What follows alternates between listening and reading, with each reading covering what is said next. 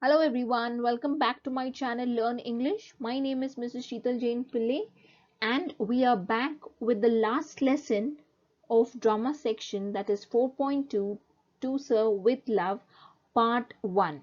So in part 1 we will be covering the summary of the novel, the outline, the synopsis and chapter number 17.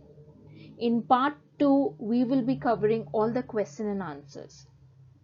So please stay tuned while we read more about this novel, To Sir with Love. The author of the story of this novel is E.R. Braithwaite. He is the author who's written this autobiographical novel on himself, which reveals social conditions and racial discriminations against the black people. His name is Eustace Edward Ricardo Braithwaite, who lived from 1912 to 2016. He was a Guyanese-born British-American novelist, writer, teacher, and a diplomat. He was well known for his stories of social conditions and discrimination against black. He was the author of the 1959 autobiographical novel, which is To Serve with Love. He also wrote a number of other novels, namely A Kind of Homecoming, A Choice of Straws, Reluctant Neighbors, etc. To Serve with Love is an autobiographical novel.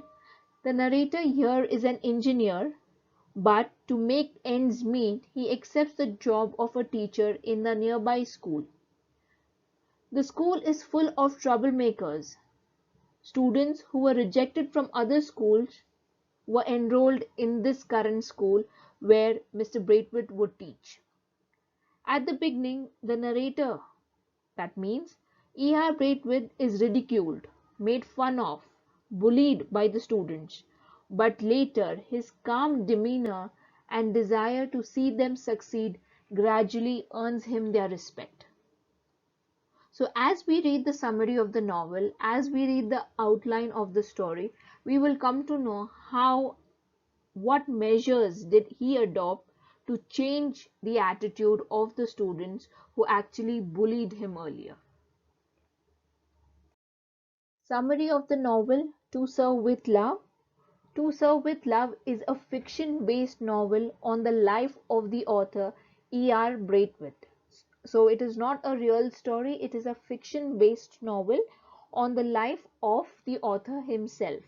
So he is the main character who works as an engineer in an oil refinery. He also served in the Royal British Air Force in war.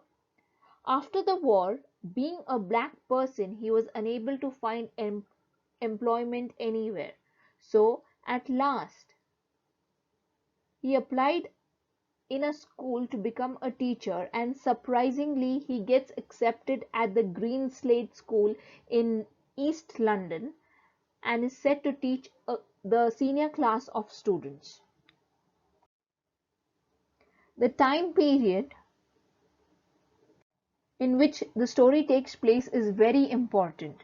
Though the author, Braithwaite, has served in the British Army in the Royal Air Force, the English do not consider him to be one among them. So this leaves a very bitter feeling about the English and colonialism as well as his white students. So first, his teaching position starts out very roughly and is embarrassed time and again. He considers his students disrespectful, ill-mannered and mischievous, while his students consider him to be an arrogant outsider, unfamiliar with the social environment in which the students have grown. The students harass him from day one, slamming their desk during the lectures, using foul language, bullying him to a greater extent. Even the girls do not spare him and harass him to no extent. In reaction to this, Braithwaite verbally scolds the girls for acting in an unladylike manner and being unruly in class. When he understands that his outburst has not gained him any respect and cooperation from the students, he changes his teaching and handling tactics and decides to interact with them as though they are adults and respectable persons. He requires every girl to be referred as Miss and that his students call him Sir. At first, the students find this level of deference ridiculous and unnecessary. However, they come around after only a week, completely changing both their attitude and hygiene towards one another. This marks the success of Braithwaite in handling the students in a very friendly way, amicable way. To increase the class culture exposure, he takes the students on field trips, excursions, museums, and theatres to which the students have never been before. A white female teacher named as Gillian Blanchard also accompanies the class on these excursions, marking to the beginning of friendship between Blanchard and Braithwaite. Similarly, Braithwaite's relationship with his students is tested many a times. Although his students frequently disappoint and hurt him, he learns to forgive them, and in turn the students constantly surprise him with their maturity, empathy, and knowledge. Another important fact which the story has is that it greatly affects its narrative, which lies in the history of colonialism. Colonialism is the dark consequences which has mental and physical trauma that increases the Braithwaite's hatred and wrath for Britishers. He constantly feels the prejudice effect on colonialism while living in England after World War II. The negative experience frequently shapes his thoughts and action.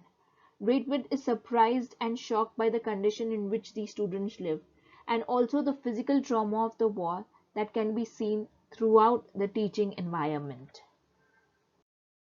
The main theme of the novel harps around a social cause, that is racism. That is one of the major themes of the novel. Apart from this, a student-teacher relationship is shown and also prejudice. E.R. Braithwaite gets a job of a teacher in a rather rough and notorious school. He finds that the students belong to to a background that is not suitable for learning and their overall development and progress. He notices that the students are in no mood to change their attitude and behavior. Braithwaite, with his novel and creative ideas, innovative techniques, and understanding the students' psychology, ultimately wins their heart in no time. Though he was bullied, harassed, mentally and physically, tortured many times, he didn't lose his patience and continued implementing his novel ideas and techniques that helped him to bring a significant change in his students' life.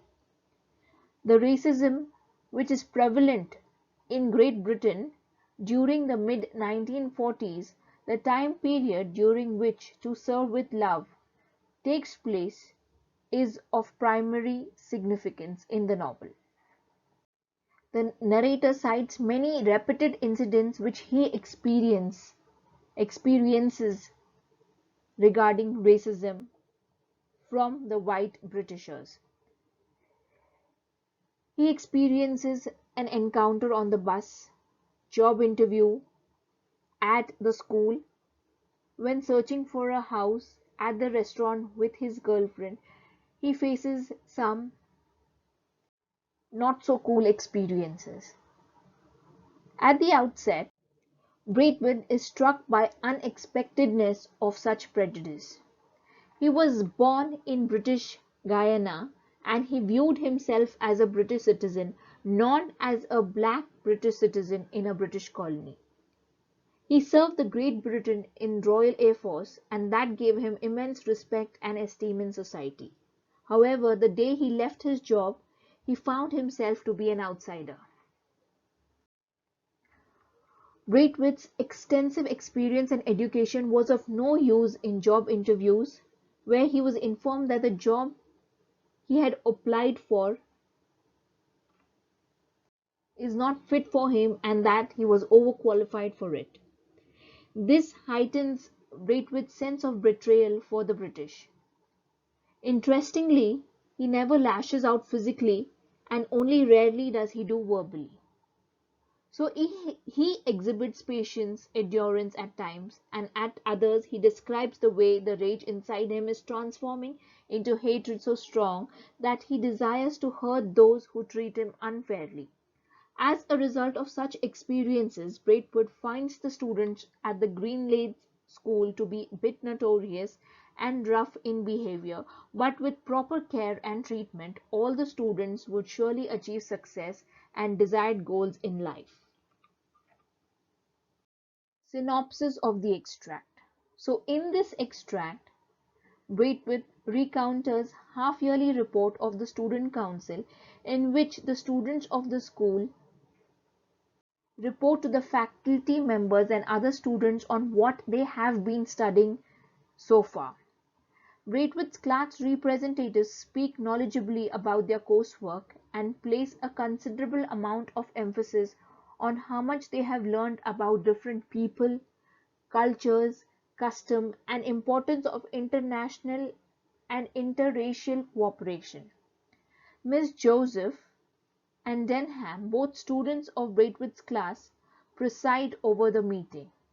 At the outset, Miss Florian, the headmaster, addresses the meeting with a lengthy but well-received presentation. One after another, each class gives a brief report of their progress through their chosen representatives on what they have been studying in each subject so far. A panel of teachers is chosen for each class to answer any questions regarding the report submitted by the class. The lowest class begins first, and it is obvious that as the students progress through the ranks, there is a marked development in their ability to express themselves. Mr. Braithwaite's class, being the oldest, was the last to present their report. Miss Joseph begins the highest class proceedings by clarifying that the common theme underlining all their studies this term is the interdependency of mankind. Potter speaks in the field of math, focusing on how greater understanding in the world is fostered by using common weights and measures. Miss Pegg and Jackson speak on geography. Miss Dare and Furman discuss the subjects of physiology, with Furman stealing the show by exhibiting a model of human skeleton and stressing the class conclusion that basically all people were the same. Miss Dodd reports on history and Miss Joseph on domestic science. Denham creates a stir by speaking on the required subjects of PT and games, complaining that the class was ill-convinced and pointless. Mr. Weston, Mrs. Dale Evans, and Miss Phillip are chosen at random to answer students' questions arising from senior presentations. When Denham pursues his inquiry on the necessity of requiring all the students to take PT, Mr. Weston responds quite ridiculously, trying to bluster his way out of the subject and offering no coherent argument. Unexpectedly, the quiet and hesitant Miss Phillip steps in and gives a sturdy defense of practice, and Denham, knowing that he has been outwitted, has no choice but to respectfully cease his heated protest. Braithwaite is immensely satisfied with the progress of the students in his class. So the synopsis that we read earlier, Chapter 17 is a detailed explanation of what the half-yearly report actually means and how did the students present themselves in front of the teachers.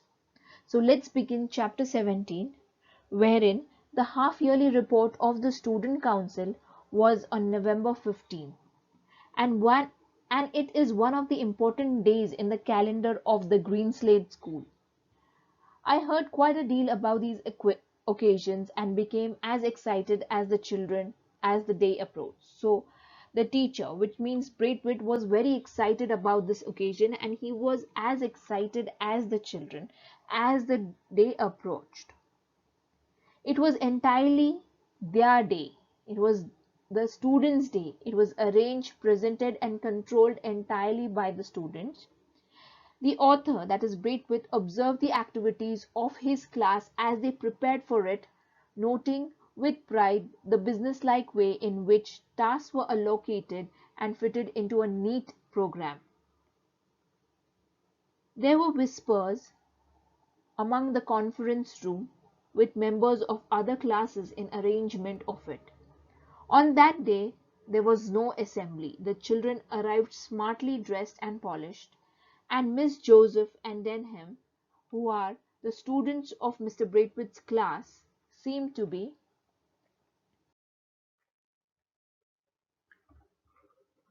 the most important officials of this occasion, and moved around colleagues to see that everyone was ready to play his or her part.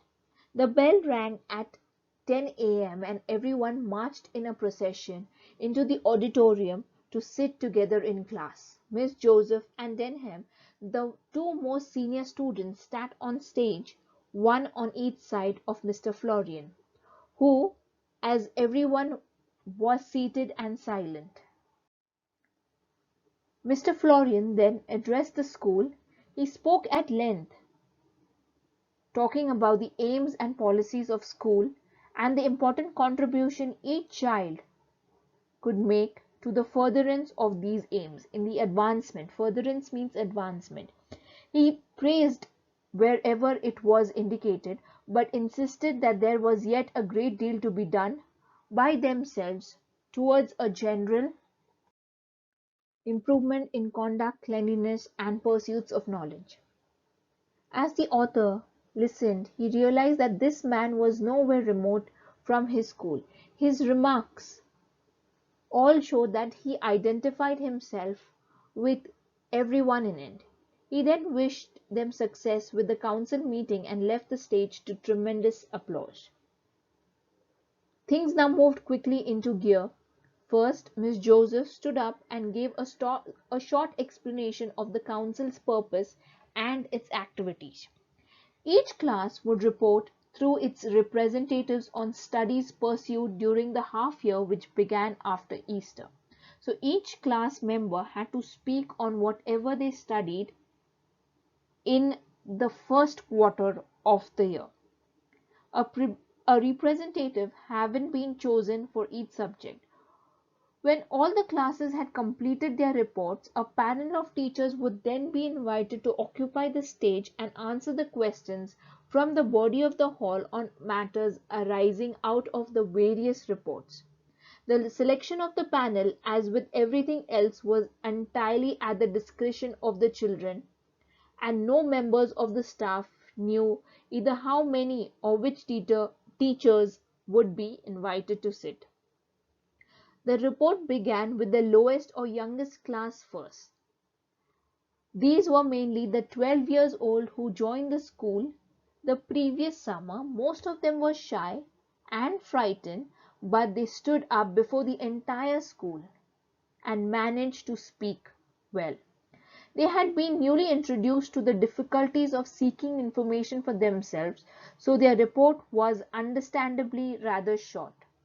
Class after class was represented, and it was obvious that with each succeeding term there was a marked development in their ability to express themselves.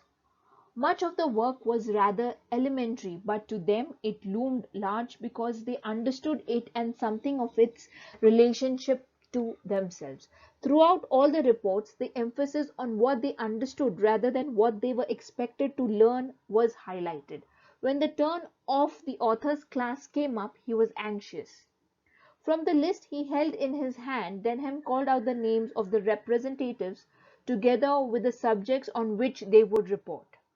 Potter was the representative for arithmetic, which is math. Sapiano on natural study, Miss Peg and Jackson for geography, Miss Dare Furman for physiology, Miss Dodd history, Denham on PT and games, Miss Joseph was to talk on domestic science. I feel terribly pleased and proud to see the confident courtesy in which Denham used the term Miss in addressing each of the senior girls. I felt sure that this would in itself be something for the younger ones to aim at, a sort of a badge for young adulthood. As their names were called out, they walked up to the stage and took their seats with a commendable gravity. Miss Joseph then gave a short address.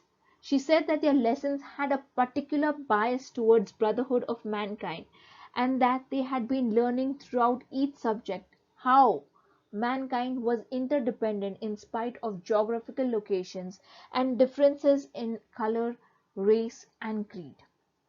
Then she called on Potter, where Potter went on to speak of the work they had done on weights and measurements, the relationship between kilogram and pound, meter and foot. He said that throughout the world, one or other of those two methods were either in use or understood, and that it was a symbol of great understanding which was being accomplished between peoples. Sapiano then spoke about pests, especially black rot on wheat, ball wheel on cotton, and Colorado beetles on potatoes. He showed how many countries had pooled their knowledge and results of research on the behavior, breeding habits, and migration of these pests, and were gradually reducing the threat they represented to these important products. Miss Peg and Jackson divided their report on geography. Jackson spoke on the distribution of mineral deposit and vegetable produce over the Earth's surface. He spoke about how a country rich in one was often deficient in the other, and the interchange and interdependence in which inevitably followed. Miss Peg spoke on human relationship, stressing the problems facing the post-war world for feeding, clothing, and housing its population. She also made a reference to thousands of refugees, stateless and unwanted, and to the efforts and programs of UNICEF. Furman, as usual, had a trump up his sleeve. When he made a signal to someone off stage, and Welch and Allison appeared, bearing a skeleton between them, together with a sort of gallows. When this arrangement had been set up there was a skeleton hanging from a hook, screwed into the top of its skull, gently revolving at the end of a cord. But the levity, the seriousness soon evaporated when Furman began to speak. His voice was clear and precise, and he had a strong sense of the dramatic. Calmly he told them that it was a female skeleton and was a fact and could easily proved. But he could not say with any assurance whether she had been Chinese or French or German or Greek. Nor could he say if she was brown or white or a mixture of both. And from that, he said, the class had concluded that basically all people were the same. The trimmings might be different, but the foundation were all laid according to the same blueprint. Furman was wonderful.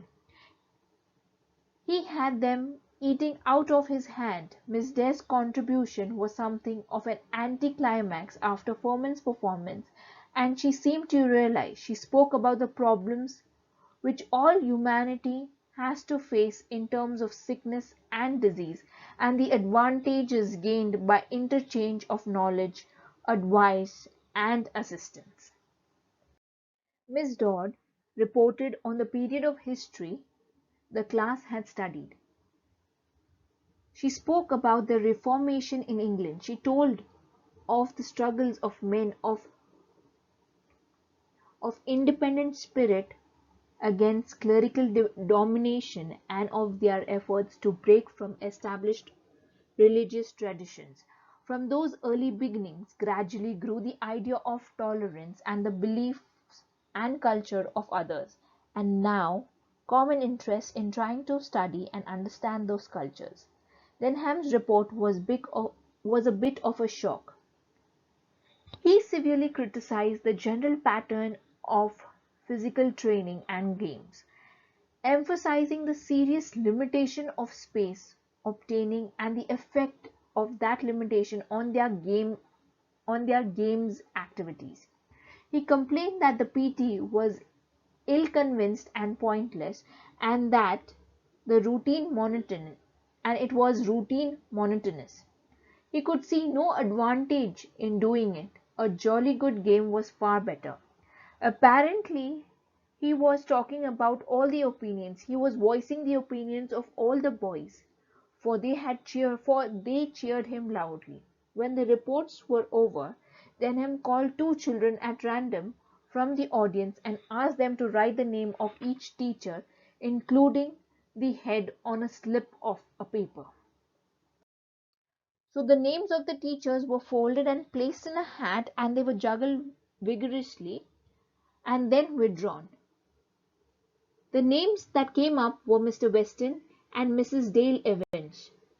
Also Miss Euphemia Phillip was one among them who would answer the questions of the students. Miss Philip Denham and Miss Joseph led the teachers on stage, and then began the questioning round. The teachers were nervous as they had no briefing and were often caught stammering in their decision. The questions were mostly put from the top two classes because the younger class children were timid, uninformed, and found themselves in a position difficult to handle. Miss Euphemia Phillip proved to be the coolest among all three, as she gave the best informed replies to the questions with authority, and she also intervened skillfully to assess the other teachers without causing embarrassment. Weston cut a very ridiculous finger. In the face of Denham's blunt criticism and Furman's adroit questioning, he found himself completely nonplussed, which means surprised, and tried to bluster his way out with a show of offended dignity. He could not effectively support the PT exercises, for which he was partly responsible, as having a definite physical advantage. Denham, who was a trained boxer, insisted that such exercises were only advantageous if practiced daily for more periods. He said that PT twice a week for 20 minutes is a sheer waste of time. Once again Mrs. Phillips took the reins, and her stock promptly shot up 100-fold. She reminded the school that every subject, including PT and games, had been carefully considered and fitted into the teaching timetable so that each student received maximum benefit from it. The school, with its limited facility, must be considered in terms of greatest good for the greatest number, and would be beyond anyone's power to please everyone. So she said it is practically impossible to please everyone, and that the lectures are suited according to everyone's need.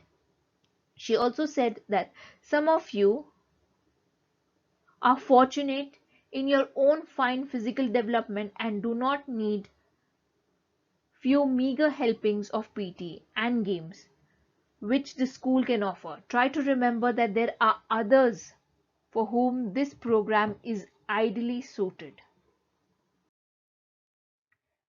Miss Joseph said